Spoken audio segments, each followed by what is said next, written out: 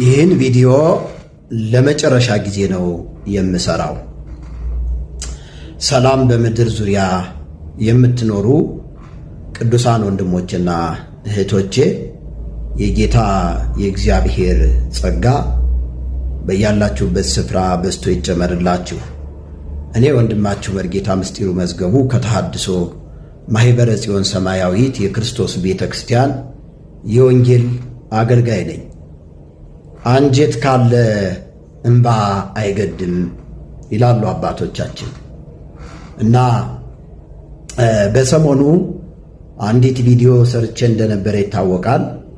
ይቺ ቪዲዮ ለኦሮሚያ ብሔራዊ ክልላዊ መንግስት ፕሬዝዳንት ለሆኑት ለኦቦ ሽመልስ አብዲሳ እንዲደርስልኝ በማስመልከት ነው የሰራሁት።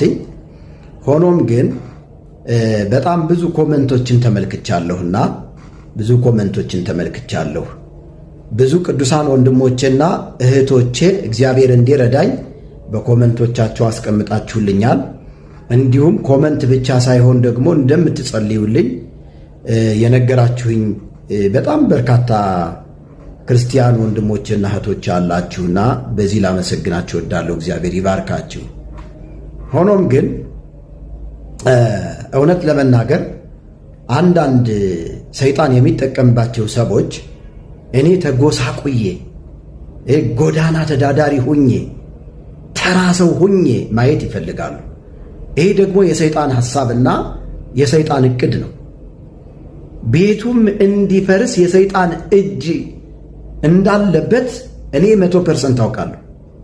አያችሁ፣ ሰይጣን እኔ ምኑን ያክል እየተበቀልኩት እንደሆነ ያውቃል። የሰይጣንን ሐሳብ ሌት ተቀን በጸሎት በትምህርት እንዴት እያበላሸሁት እንደሆነ ያውቃል። ስለዚህ ሰይጣን ሐሳቡን በሚያስተናግዱ ሰዎች እየተገለጠ በአንድም በሌላ መንገድ እኔን ለማጥፋት ብዙ ሙከራ አድርጓል። ግን እግዚአብሔር በእኔ ላይ ያስቀመጠውን ጸጋ ብዙ ሰዎች ሳይጠቀሙበት እኔ በጠላት ሐሳብ የምወሰድ ሰው አይደለሁም።